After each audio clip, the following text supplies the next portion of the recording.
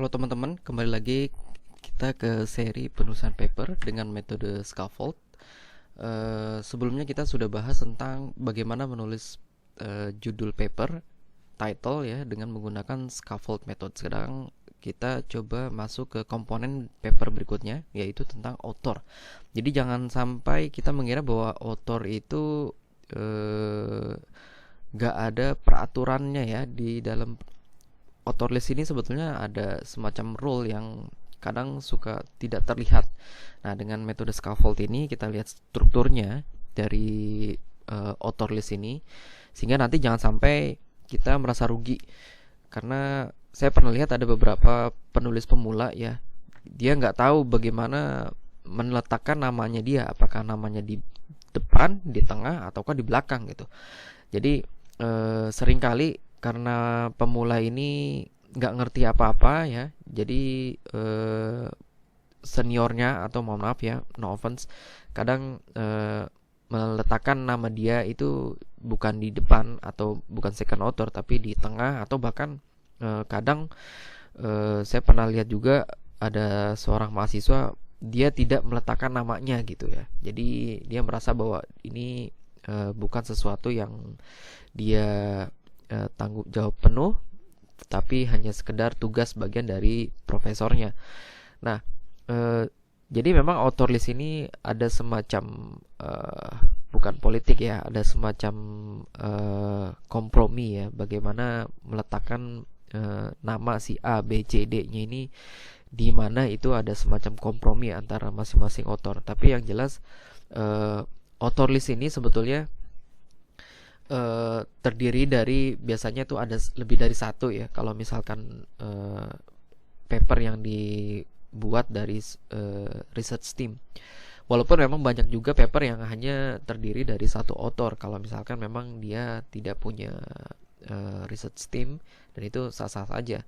Nah, biasanya kalau lebih dari satu paper dan lebih dari satu author ya, maka paper ini biasanya dikerjakan ya, risetnya dikerjakan oleh beberapa orang. Nah, author list ini ya, urutannya dari first author sampai dengan author yang terakhir ini, itu menunjukkan sebuah hierarki sebetulnya. Jadi ada semacam tingkat kontribusi. Jadi siapa yang paling berperan, siapa yang punya dana, siapa bosnya, siapa yang mahasiswanya, siapa asistennya, segala macam, itu kita bisa melihat ya urutannya dari urutan yang pertama sampai yang terakhir. Nah, sebenarnya paling mudah itu adalah kita lihat aja, biasanya dalam sebuah author list di setiap paper itu ada namanya corresponding author. Jadi biasanya ini adalah orang yang paling berperan ya, entah itu supervisornya ya, profesornya, atau misalkan asisten profesornya. Jadi corresponding author ini menunjukkan bahwa kalau misalkan ada reader ya atau pembaca yang ingin komunikasi langsung dengan research team ini ya, entah itu untuk memanfaatkan knowledge yang ada di paper ini, atau ingin berkolaborasi lagi, berkolaborasi langsung ya, ataukah misalkan contoh misalkan yang paling gampang itu adalah beberapa industri, perusahaan swasta misalkan, mereka mencari sebuah solusi baru untuk problem yang ada di lapangan. Biasanya mereka baca paper juga, dan ketika dia menemukan sebuah paper yang bagus, yang sekiranya pas untuk problemnya dia di lapangan, maka dia akan mencoba ya menghubungi corresponding author ini. Makanya corresponding author ini sangat penting ya, tidak bisa diabaikan. Nah, oke.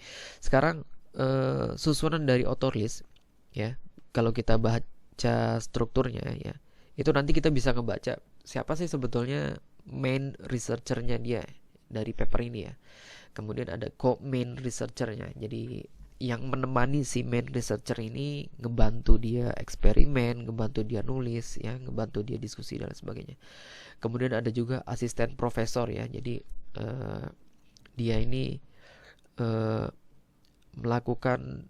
dia berkontribusi cukup tinggi juga ya, cukup besar. Jadi biasanya dia penerjemah dari apa yang disampaikan oleh si profesor gitu. Jadi kadang bahasanya profesor ini agak susah ditangkap ya, karena memang banyak ide-ide yang besar itu perlu diterjemahkan ke hal-hal praktis itu untuk mahasiswa itu memang agak susah, makanya perlu ada penerjemah. Biasanya penerjemahnya itu asisten profesor. Nah, kemudian juga ada research kolaborator ya. Jadi misalkan profesor punya rekanan ya, dimana profesor rekanan ini dia punya budget, punya alat yang dipakai oleh si profesor kita untuk melakukan penelitian. Jadi eh, biasanya mereka dipertimbangkan namanya ya untuk masuk ke dalam author list. Nah, di sini main researcher saya asumsikan biasanya mereka-mereka ini ya, kalau misalkan dalam research team di universitas, biasanya main researchernya ini adalah mahasiswa, entah itu yang S1, S2 maupun yang S3 ya. Jadi biasanya karena mereka yang melakukan penelitian dari A sampai Z ya, walaupun mereka kadang nggak tahu kenapa harus melakukan B, C, D dan lain sebagainya, ya mereka tetap dianggap sebagai main researcher gitu ya. Nah, kemudian biasanya sih yang paling sering berkomunikasi secara langsung itu antara main researcher dengan asisten profesor ya. Jadi kalau dengan principal investigator ya, atau si profesor ini ya, si pemilik dana ya, si pemilik laboratorium ini, komunikasinya memang agak-agak jarang, misalkan sebulan sekali atau 2 bulan sekali. Tapi ada juga yang memang yang seminggu sekali, ada 2 minggu sekali, ini tergantung profesornya. Tapi biasanya hari-harinya memang si main researcher ini ya, si mahasiswa ini, kalau diskusi memang sering kalinya itu dengan asisten profesor atau dengan sesama mahasiswa lain ya dalam satu tim. Bisa seniornya kah atau juniornya ya, main researcher ini. Jadi bisa jadi ya teman sesama S2 misalkan kalau main researchernya ini mahasiswa S2, atau dengan seniornya yang mahasiswa S3, atau juniornya mahasiswa S1 gitu. Nah, jadi memang dari author list kita bisa melihat siapa aja yang main researcher, siapa aja yang asisten profesor, siapa aja yang principal investigator. Nah, itu bisa dilihat sebenarnya yang pertama kali itu dari urutannya ya. Biasanya kalau misalkan di luar negeri ya, dengan di Indonesia memang urutannya itu agak sedikit berbeda ya. Jadi nanti saya akan bahas. Nah, itu bisa kita lihat dari urutan. Yang kedua itu bisa kita lihat dari author biografi. Jadi di akhir paper biasanya pada jurnal-jurnal tertentu seperti IEEE ya, kita bisa lihat biografi dari si author. Dengan melihat biografinya, kita nanti bisa melihat si author ini sedang sebagai mahasiswa kah atau dia ini sebagai profesor ya pada tahun itu. Maka biografinya cukup gamblang ya, menjelaskan status dia pada saat itu. Nah, sekarang coba kita bandingkan ya bagaimana author list antara di Indonesia dengan di luar negeri. Saya coba sampaikan dulu dengan kondisi di luar negeri ya, karena saya statusnya sekarang bekerja di luar negeri. Oke.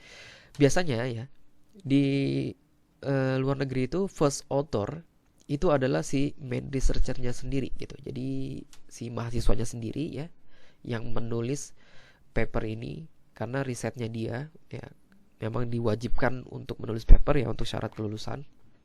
Nah, kemudian yang kedua, ini biasanya adalah asisten profesornya. Jadi entah itu postdoctoral researchernya kah atau associate profesornya kah ya, atau foreign researcher yang lain sebagainya.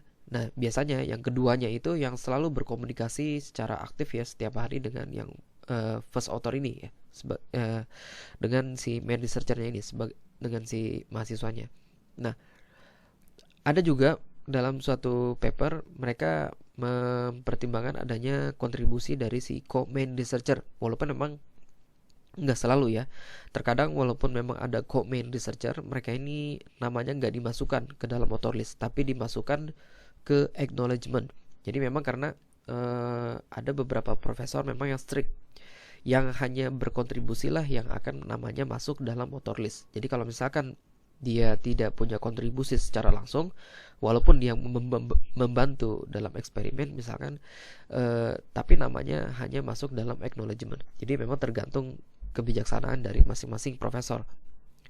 Nah, biasanya kalaupun memang namanya dimasukkan, namanya itu selalu urutan di atas 3 ya, 3, 4, 5 dan seterusnya.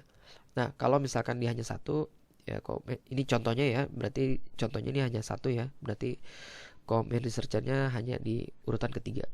Nah, kalau misalkan ada profesor yang diajak kolaborasi, nah ini biasanya masuk ke nomor 4.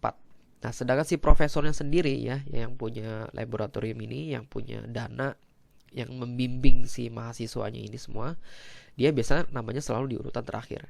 Nah, ini memang sesuatu yang wajar di luar negeri ya. Jadi memang profesor ini selalu namanya tuh di akhir. Jadi kalau misalkan kita baca paper dari negara-negara luar negeri, bukan Indonesia, kita lihat nggak melihat di author itu nggak cuma di first author tapi di last author. Jadi kalau misalkan last authornya biasanya tuh nama-namanya yang udah terkenal semua gitu. Jadi kita udah tahu kalau ini adalah paper keluaran dari laboratorium dia. Nah, berbeda halnya dengan Indonesia nih. Kenapa sedikit berbeda? Ini karena mungkin kebijakan dari universitas ya, atau mungkin pemerintah ya. Biasanya karena kebanyakan kan paper ini berimpact langsung terhadap kenaikan jabatan ya. Jadi dalam peraturannya memang nama first author itu yang punya reward lebih tinggi gitu. Jadi profesor atau dosen pembimbing ya selalu mengupayakan namanya itu ada di urutan pertama gitu. Karena memang kebanyakan mahasiswa di Indonesia ya ketika dia melakukan riset ya hanya melakukan apa yang diarahkan sama dosen pembimbing ya. Jadi penulisannya itu lebih banyak dosen pembimbing yang melakukan. Jadi wajar ketika dosen pembimbing menempatkan namanya dia ini di urutan pertama.